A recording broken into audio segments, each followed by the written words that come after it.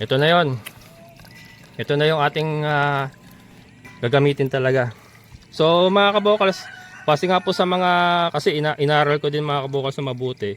So hindi lamang po talaga sa filtration ang ang buhay ng aquaponics. Kasi nga ang buhay ng aquaponics, lalo na halaman, kasi ang 'di ba halaman nga itatanim natin dito sa ating aquaponics. Ang buhay po nila hindi naman po or ang nutrients po nila hindi naman po diretsuhan na manggagaling sa fish pan tapos sisip-sipin nila, hindi. Yun nga, may proseso pala. May proseso pala mga kabokals na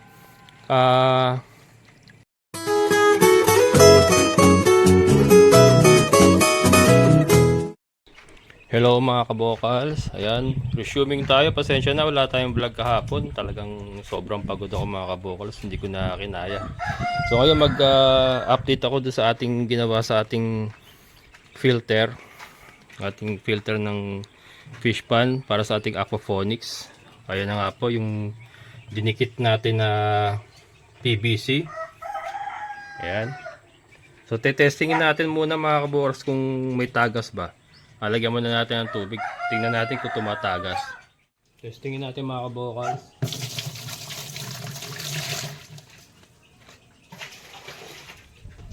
Dapat hindi yan tumagas.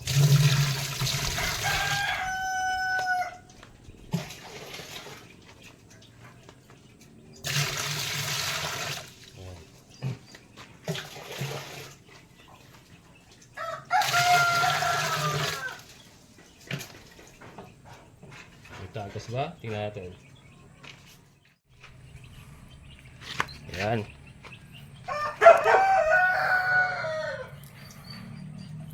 Ayan mga kabokals. So far so good. Wala siyang tagas. Ayan, kita nyo ba? Wala tagas. Okay na. So testingin na natin mga kabokals. Ipapakita ko muna sa inyo ng walang graba kung paano siya gagana. Ito nga po yung ating mga kabokals, yung dito natin papasukin yung tubig na magagaling sa ating submersible pump. So ang position po niya ganyan. So imagine niyo na lang po na na may graba siya. Ito testingin lang po muna natin. Yan, testing lang po ito mga kabokals.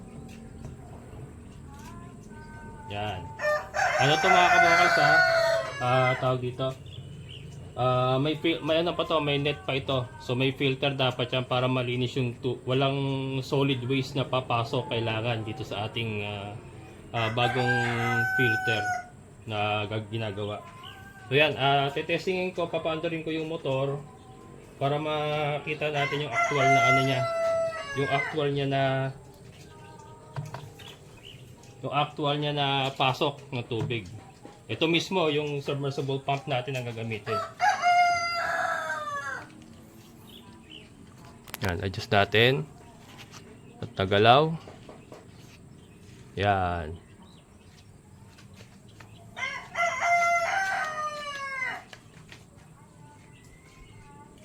Ito, kukuha na tayo ng tubig sa ang gagaling na sa fish pan mga kabokals.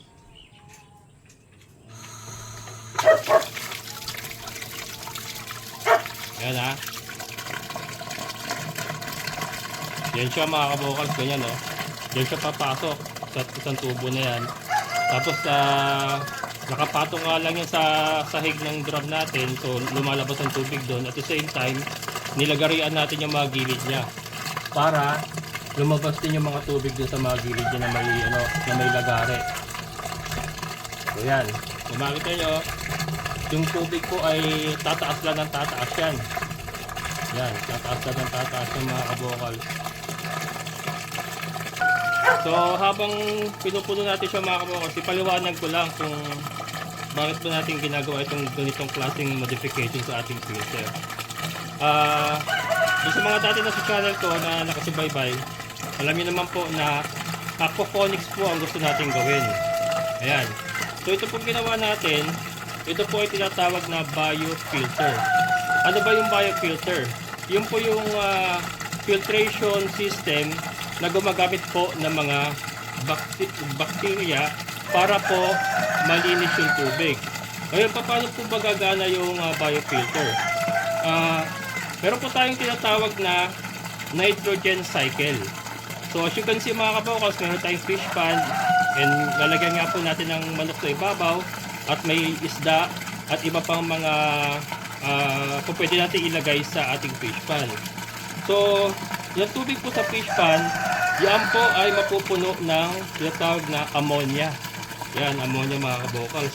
Ammonia po is very harmful sa ating mga alagang isda, at the same time sa ating mga halaman. Yan, ano po yan? Delikado po yan sa kanilang dalawa. Kaya paano ba yan magiging ligtas? Gamit nga po ang nitrogen cycle, pero po tayong mga natawag na nitrifying bacteria na magta-transform sa ammonia into kumbaga edible para sa ating mga halaman.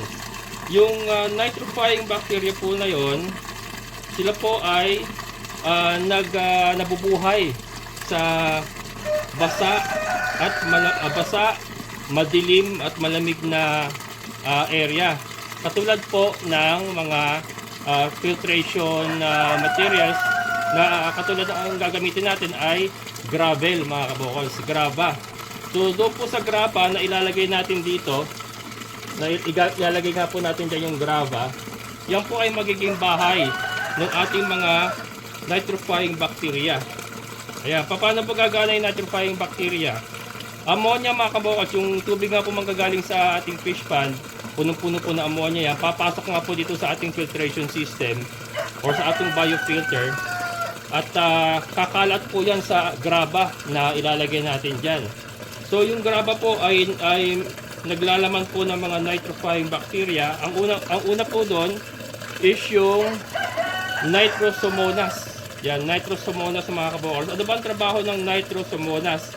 Yung Nitrosomonas po, gagawin niya yung ammonia into nitrite. Yan, gagawin yan nitrite yung ammonia. Ngayon yung nitrite mga kabokals is very harmful pa rin po sa isda at sa halaman. So hindi pa rin po pwede yan.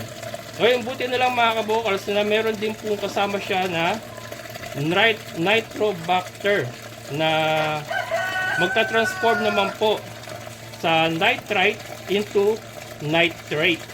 Ayan ha. Yan po ang trabaho ng Nitrobacter. So yung nitrate po, ayan na po yung gustong-gusto ng halaman. Ayan na po yung pagkain ng halaman mga kabokals. So paglabas nga po dito sa ating biofilter, nitrate na po siya. Lalakad po siya dun sa ating aquaponics pipe na kung saan may mga tanim po tayong halaman. Yung mga halaman naman natin ay sisipsipin yung nitrate. Yung nitrate mga kabokal, sisipsipin ng ating mga halaman, kakainin nila yon. So pagbalik po ng tubig sa ating fish pond, na-consume ng mga halaman yung nitrate. Pagbalik po sa ating fish pond ay wala na pong halos ammonia.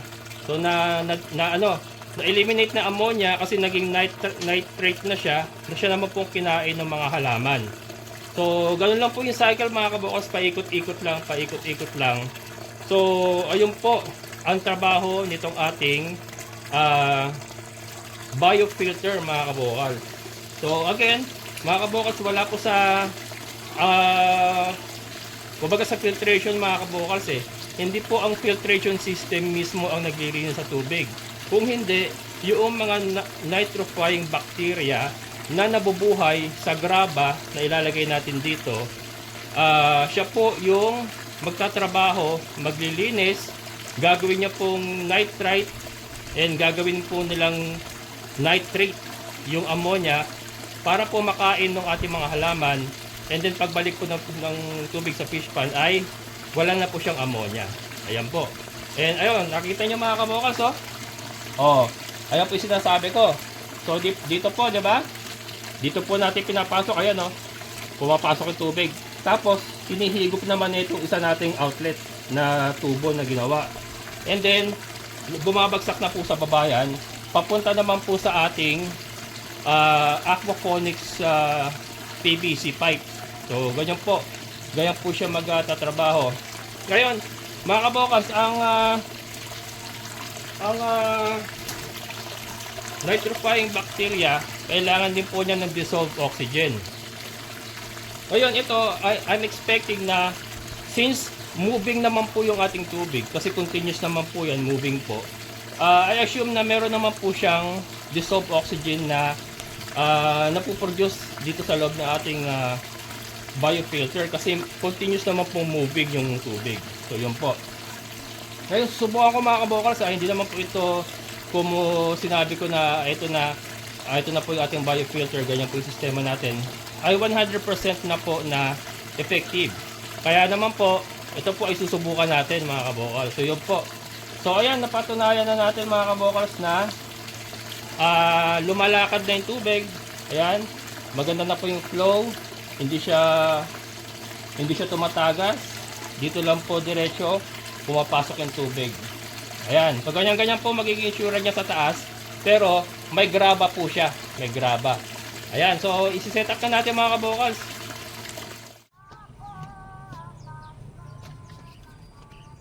Yan mga kabokals, babalik na natin.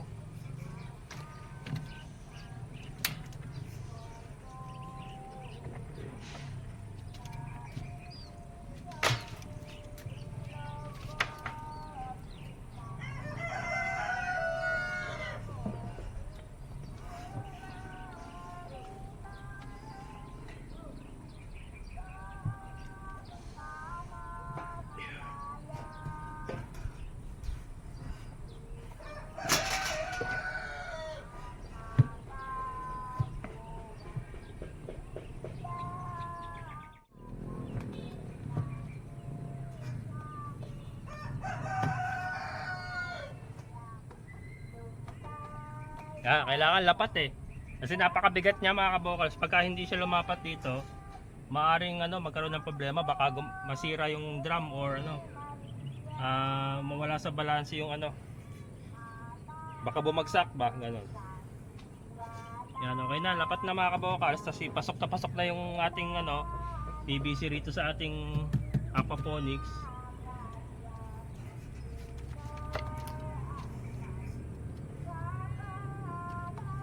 Yan. Babalik na natin yung graba. Ito po yung graba tinanggal natin. Babalikan natin ngayon.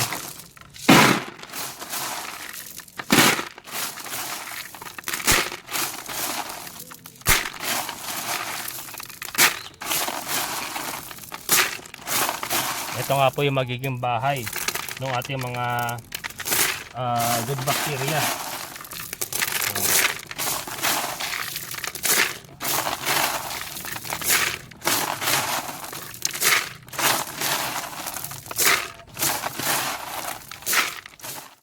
Binalik pa rin natin yung net. Binalik pa rin natin. Kasi isa rin po itong media na pwedeng pamahayan ng ating mga good bacteria, yung net. Yan, lalagyan lang natin diyan. Tapos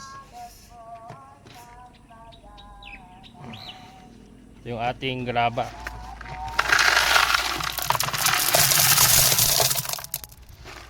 Teka, may nakalimutan ako. Wait lang. May nakalimutan ako. Ito, pinaka-importante mga kabokals, yung ating yung isang tubo pala. Yan. Bigyan na katarungan. Sabi nga sa pampasayron jeep, yung siksika na, tapos pinupuno pa. Oh, bigyan na katarungan. Ibig sabihin pa upuin yan. Bigyan natin ng katarungan. Ayan.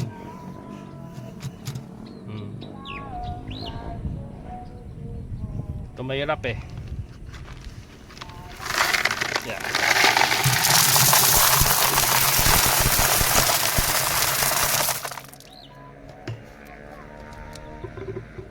Kasi ito ang hahawak sa kanya. Ito lang ang hahawak sa kanya mga kabokals. Mga graba. Ayan. Parang itatanim lang natin siya sa graba. Itatanim natin siya. Maganda rin yung nilagyan natin ng net para hindi siya masyadong sayad na sayad sa nito, sa puwet nito. may pagitan, so yung tubig makalalabas na mabuti doon. At the same time masasala na rin yung net. Ayan, so pupunuin lang natin yan ng ano, pupunuin lang po natin yan ng graba. Ganyan na po magiging position niya. Yan, baka mapasukan.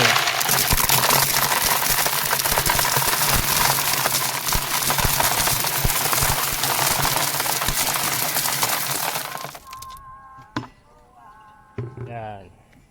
So yun nga, di ba, nabanggit ko kanina, ang gusto ng nitrifying bacteria ang gustong bahayan ng mga nitrifying bacteria is yung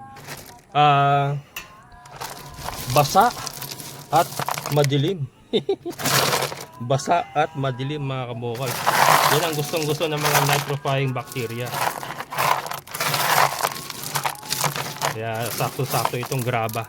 Graba ang pinaka-common, pero marami pong ibang marami pong ibang materials na ginagamit, pero graba ang pinaka-common kasi pinakamadaling makuha, pinakamadaling mabili ang graba. Kaya mga kabokal, so yun po yung ating submersible pump, ayan po yung ating fish pond, ayan po yung hose papunta rito sa ating biofilter. Ayan na, napuno na natin ng graba. So ito nga po yung outlet, ito yung intake. Ito yung intake, mga kabokal. So nilagyan ko po ng yung ating gripo ito, mga kabokal, para makontrol natin yung lakas. Pagka sobrang aapaw, hihinaan natin siya ng konti para hindi po siya umapaw. At meron po tayong net. Nilagyan natin siya, doble itong net na to, nilagyan natin ng net para paglilinisin po, ito lang ang tatanggalin natin. Yung net lang tatanggalin natin. Papalitan lang natin or hugasan natin yung net, and then ibabalik na naman natin siya diyan. Hindi po kasi po pwedeng mag-accumulate ang solid waste dito sa ating biofilter kasi masisira po yung ating, or mamamatay po yung ating mga good bacteria, yung nitrifying bacteria. So kailangan po malinis pa rin po yung papasok, walang solid waste na papasok sa kanya. Kaya po kailangan naka-filter po yung ating tubig papasok dito sa ating biofilter. Ayan, and then yung ating submersible pump, meron din pong net yan. Ayan, so itatakal na lang po natin yung sa ibang vlog po yung paano natin lilinisin yung mga solid waste na mag-accumulate sa ating fish pond. Pero ito muna ang ating topic for today, itong biofilter natin, kung paano bagagana yung ating biofilter. Ayan, so ito yung the moment of truth, mga kabokals.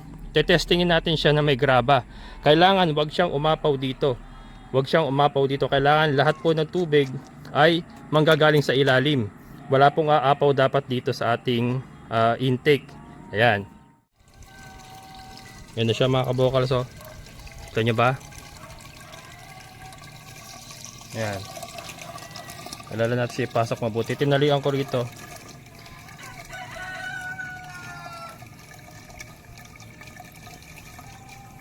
Kailangan kasi dito lang pumasok, mga kabokals, yung ating tubig.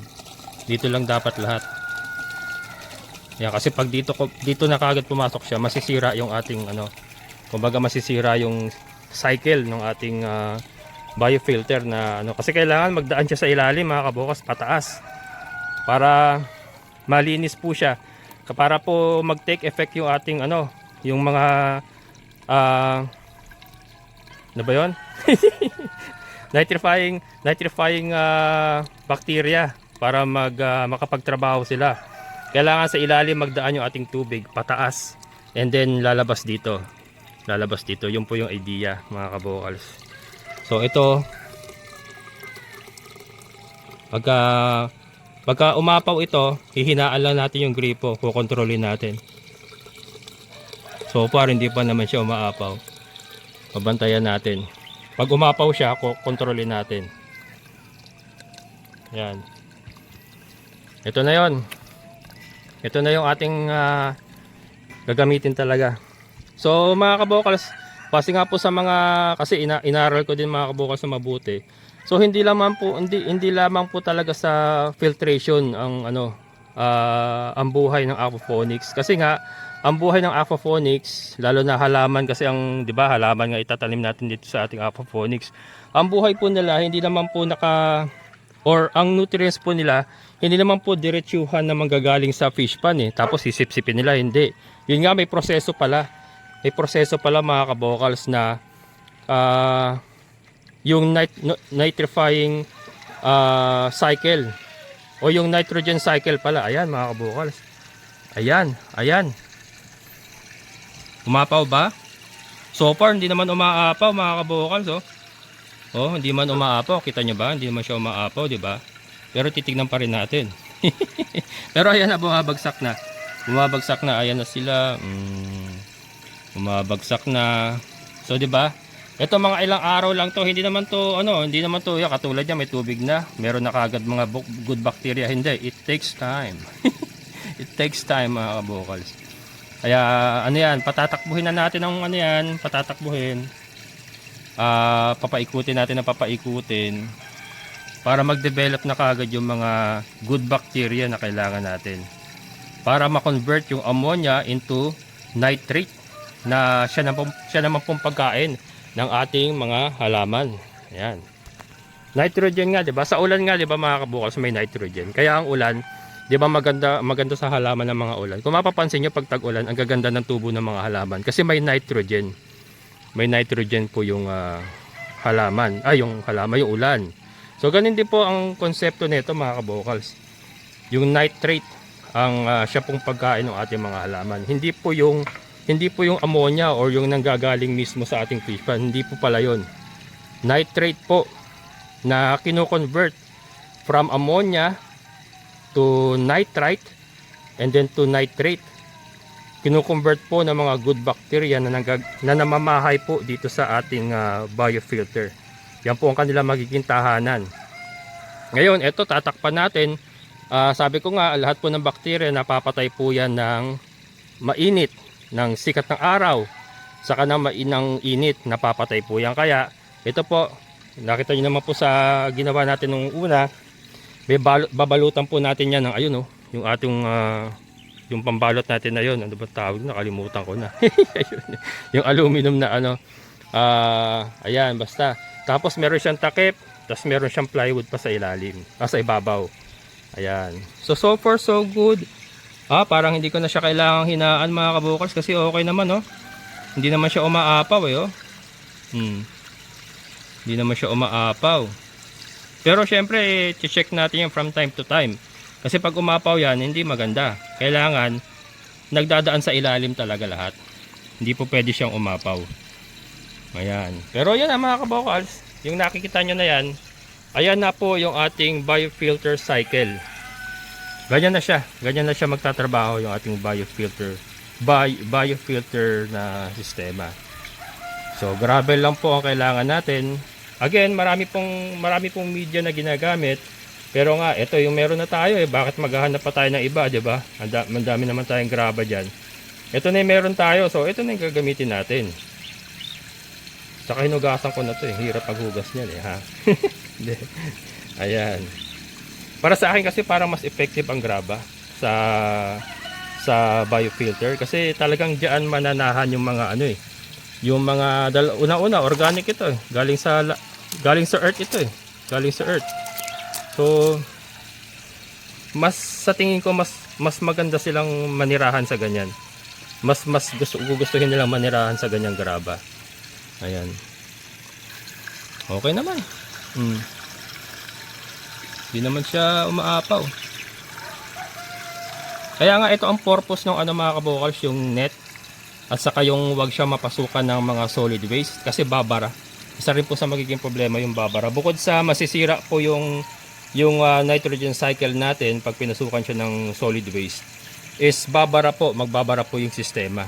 Kaya kailangan meron siyang net, hindi siya mapasukan ng mga solid waste. Yung ammonia lang talaga ang kailangan natin mga kabokals. Ammonia lang yan. Hindi naman yung solid waste hindi naman yung solid waste ang pagkain or kakainin ng ating mga halaman, kundi yung ammonia na kinonvert into nitrate. Yan. So hindi rin po talaga simple lang yung aquaponics. Akala natin tubig lang fish pan tapos tubig lang, may aquaponics ka na, hindi. May proseso pala mga kabokals, may proseso. So ito nga po yung proseso na ginawa natin. Pero again, hindi po kayo expert. Ito po mga pinaggagawa ko na to ay base lang din po sa aking mga napapanood, sa aking mga research. And then ito ina-apply natin. And then syempre, ipapakita natin kung gagana talaga. Yan, hindi ko naman po sinasabing ito na po yung tama, pero ito po yung gagawin natin. And then let's see kung magtatagumpay tayo mga kabokals sa ating munting aquaponics. Yan. Sabi nila, the more biofilter you have, the better. So ito mga kabokals, kung sakaling mag-expand tayo ng ating taniman ng aquaponics, and then kung mag-expand tayo ng, or mag-stock talaga tayo ng maraming manok or isda, kailangan natin magdagdag siguro ng biofilter natin. So yun, nasa nasa plano po, pero ito lang muna, nasa testing stage pa lang naman tayo Ayan. So far so good, hindi naman nagbabago yung kanyang takbo. Bukas ko na babalutan mga kabokals, kasi na hapon na. And then tinitesting ko pa baka umapaw mahirap kasi magdukot-dukot ba pag pagka may balot na siya ng ganun na para sa init natin. Maganda kasi hindi na initan talaga, malamig. Sabi nga 'di ba, good bacteria gusto nila yung madilim, basa at malamig yan. Siyempre bacteria yan kailangan nasa malamig siya. Ayan, tignan natin yung flow dito. Okay naman yung flow nya. Sakto-sakto lang yung kanyang flow mga kabokals. Diba? Hindi masyadong mabilis, hindi masyadong stagnant. Tumatakbo siya, pero ayos na ayos lang. And yun nga, level mga kabokals, level yung ating tubig. Diretsuhan yan, level yan. Na-check na natin yan Ayan. Tingnan na lang natin kung lalabas na siya ron, kung anong magiging isura niya paglabas doon. Pero so far ay maganda yung ating intake ayun So far maganda yung ating intake. Ayan yung ating intake mga kabokal. Outtake pala. Outtake yan, outtake. Kasi palabas na yan ayun Ayan siya. Yan kabokals diba? Kasi ito, so far hindi naman siya umaapaw. Ayan. Yun ang importante dyan, hindi umaapaw itong ating intake. Ayan. Lumabas na kaya doon? Tingnan natin. Ayan na po siya mga kabokals. Nanggagaling na nga po yan doon sa ating biofilter. Dito ang balik. Ayan. So pagbalik po dyan, wala nang ammonia mga kabokals. Kasi naging nitrate na siya, and then yung nitrate na-consume na ng ating mga halaman sa aquaponics natin. Ito yung ating motor. So konti na lang, kailangan mailubog ko pa siya. Mailubog pa siya. Yan, so bukas nga lalagyan natin yung mga sisiw, tapos maglalagay ako ng mga ilang pirasong manok diyan. Kasi patatakbuhin ko na yan mga kabokals, patatakbuhin ko na para makapunla na nga bukas yung patola, and then tumatakbo na siya. Nabubuhay na yung mga good bacteria natin dito. So yun po yung idea doon, para habang lumalaki ating pinunlang patola, mayroon na siyang good bacteria, and then pag tanim, okay na, meron na kagad tayong nitrate na may papakain sa ating mga halaman. So yun, kaya manok, maglalagay na tayo ng ilang piraso lang manok, saka yung sisiw, para lang magkaroon ng droppings. And then yung isda kasi, pa yan, tupalo pa yan. Huling-huli na po yung isda. So ito mga kabokals, tatakpan na natin. Tingnan nga natin so far so good pa rin mga kabokals So far so good pa rin. Ito, tatakpan na natin yan. Tatakpan natin to. Yan. Yan. Tapos meron pa siyang takip dito sa ibabaw na plywood. Kasi nga hindi siya pwede mainitan. At the same time yung ating drum para maproteksyonan din natin. Ngayon yung insulator natin, ayun yung insulator natin na yun. Bukas ko na ikakabit kasi 5:30 na. Magpapakain pa ako ng ating mga alaga. Pero naman yan, malamig naman ngayong gabi. So bukas sa umaga ikakabit ko na kagad para maproteksyonan siya sa init. So yan mga kabokals, unti-unti, alam ko mabagal po yung pag-usad ng ating aquaponics project. It's better to be slow than to be palpak, di ba? Parang ganon mga kabokal. So yan, continuous learning, continuous study po ang ginagawa natin para maging maayos po yung ating sistema. So ito, I'm pretty sure mga kabokals, very confident ako na itong ating biofilter ay mag-work yan mga kabokals. Pero sabi ko nga, kailangan makita natin talaga yung actual na resulta. So yun po. Ayan, padilim na naman mga kabokals. Ang ganda ng ating kapaligiran. Kaka-harvest lang nila ng palay. Ayan. At yung mga kambing, ayun. Ay, o nga pala, sagutin ko lang po lang isang comment ng isa nating viewer. Bakit sobrang taas ng ating aquaponics? Yan. Una-una po may kambing tayo para ma-utilize pa nga po yung ilalim para makapag suga-suga pa rin tayo ng kambing sa ilalim. Kasi lalo na pagka nagtanim tayo ng mga kamatis. Yung kamatis mga kabokals, bumabagsak yan eh. Bumabagsak yan. So may chance po na maabot nila pagka ibinabaan natin. Kaya medyo mataas po yung ginawa natin. At the same time, mayroon pa po tayong plano na mag-expand ng ating aquaponics. Maaring dito po isang diretsuhan. So mas mababa sa kanya. Para kasi 'di ba yung gravity, para yung tubig bababa na lang ng konti dun sa extension natin ng aquaponics dito sa loob na. So dito sa loob pwede tayong gumawa ng hanggang bewang siguro na mas mababa na kasi nasa loob na siya. Wala naman ng kambing diyan. So yun po ang kasagutan niyan. Ayan, maraming salamat. Hanggang dito na lang po. Amazing na buhay. Bye-bye.